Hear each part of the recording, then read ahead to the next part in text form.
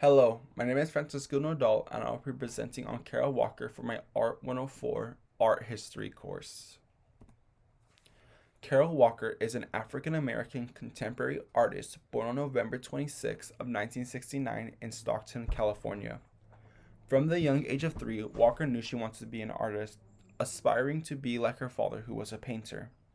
She claims to have dreamed to be a fine artist, but as she grew, her desire shifted to conceptualism in art, desiring a story and meaning rather than the final aesthetic. To Kara, art was something which allows ideas to be shared without words and for understandings to be formed through storytelling. She went on and studied at the Atlanta School of Art in 1991 and the Rhode Island School of Design in 1994. Straight after college in 1994, she made her debut in New York with her installation of Gone, an historical romance of a civil war as it occurred between the dusky thighs of one young negress and her heart in 1994. This work encompasses the style of Kara Walker entirely, as well as depicts the ideas that her future work would discover. She uses the medium of black paper that are cut and directly pasted onto the wall. The shape that Kara Walker uses relates to the antebellum figure that are both engaged with sexual and violent interactions. Her success was rapid, and due to this piece as well as a small variety of others, she would become one of the youngest recipients of the MacArthur Fellowship in 1996. Making history one of the largest components of her work, Kara Walker uses fictional characters to depict emotive narratives having to do with the implications of slavery then and now.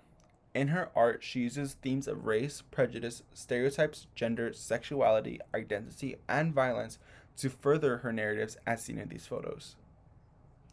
She uses positive and negative space to make a clear difference between characters while also using organic shapes to exaggerate features in the bodies of those characters.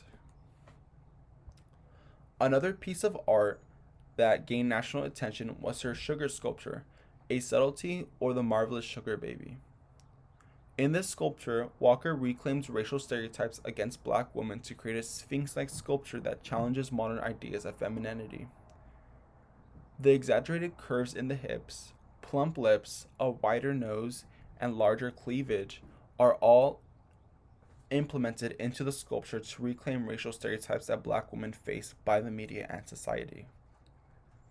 She does this all while including a masculine tone to upset expectations. The specific medium of sugar is used as a connection to her known art, as sugar is a commodity that was produced by enslaved people in the Caribbean. Besides the subtlety or the marvelous sugar baby, Kara Walker also created a series of childlike sculptures all made of molasses to allude to the fact that slavery still exists today through exploitation of children and child labor for products like sugar. The sculpture, along with a variety of others, were created inside of the Domino Sugar Factory in Brooklyn, New York.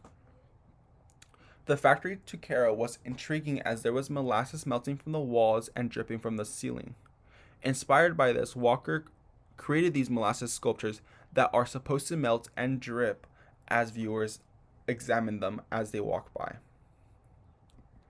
As I conclude, I would like to read a quote by Kara Walker when asked about the meaning of art to her. Kara Walker says, "I didn't want a completely passive viewer. Art means so much to me. To be able to articulate something visually is really an important thing.